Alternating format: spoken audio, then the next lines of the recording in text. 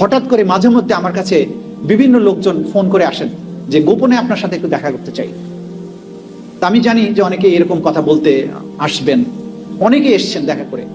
তো যে বিষয়গুলো নিয়ে আমরা কাজ করছি, দেখা গেল তার বাইরেও উনি যখন একটা নিরাপত্তা সংস্থায় বিভিন্ন বাহিনীতে দায়িত্ব পালন করেছেন, তিনি বলেছেন স্যার আমি এই জিনিস দেখেছি, কিভাবে আমাকে নিয়ে গিয়ে 3 জন যুবককে তুলে নিয়ে আমাকে বলা হলো পদ্মা নদীর ওখানে মাওয়া ঘাটে তুমি থাকবে, তুমি তাকে স্পিড বোট সাপোর্ট দিবে। স্পিড বোট সাপোর্ট দিতে গেলাম, নিয়ে গেল তো আমাকে সহ 3 জন 21-22 বছরের ছেলেকে নিয়ে গেল চাঁদপুরের মোহনায় গিয়ে প্রথম একদম ভিকটিমকে চোখ খুলে বললো যে তুমি একে গুলি করো। সে অফিসার বললো আমি গুলি করতে পারবো না। এর ছেলেটা দোষ কি? বললো আমি তোমাকে বলছি এটাই কি যথেষ্ট না? বলছে না, এটা যথেষ্ট নয়, আমি এই ছেলের অপরাধ না জেনে তাকে আমি গুলি করে হত্যা করতে পারবো না। তখন সে প্রচন্ড গালাগালি করে তাকে মাথায় গুলি করে দিল এবং তারপরে লাথি মেরে, তখনও পেট কাটা শুরু হয়নি, মাঝে মধ্যে হয়তো পেট কাটা করতো কিনা জানি না, একটা ইটের বস্তা বেঁধে আবার তাকে ফেলে দিল।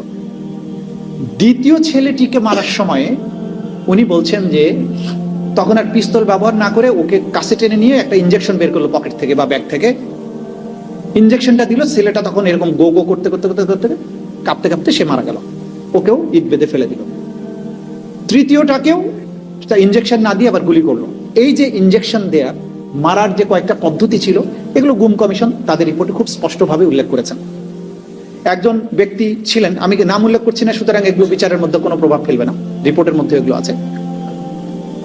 যে ধরে নিয়ে প্রথম যে সাদা পোশাকে আসতো, এসে প্রথমে পেছন থেকে তাকে, তো অনেকগুলো ধাপ ছিল। প্রথম ধাপ ছিল মনিটরিং, টেলিফোনে মনিটর করতো, তার সোশ্যাল মিডিয়া মনিটর করতো, তার অবস্থান নির্ণয় করা হতো।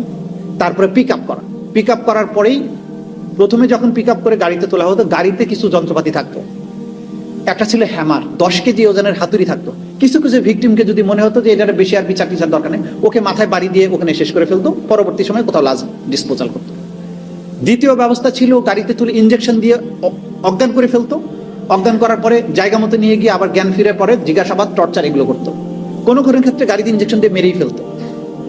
তৃতীয় আরেকটা ছিল বলস মেশিন, বলতো যে একটা ইলেকট্রোকিউট করার একটা যন্ত্র, ব্যাটারি চালিত একটা ইলেকট্রোকিউট করার যন্ত্র ছিল, যে জননাঙ্গে একটা ক্লিপ লাগিয়ে দিয়ে তারপরে বিদ্যুৎ চালু করা হতো। অসহ্য যন্ত্রণা হতো, তার মুখগুলো আবার বেঁধে দেওয়া হতো। এই যে হরিবল স্টোরিজ, শত শত, গুম কমিশন কয়শো, সেভারেল থাউজেন্ডস অ্যাপ্লিকেশন তারা ডিল করেছেন। আমরা সেভারেল হান্ড্রেডস ডিল করছি এখন।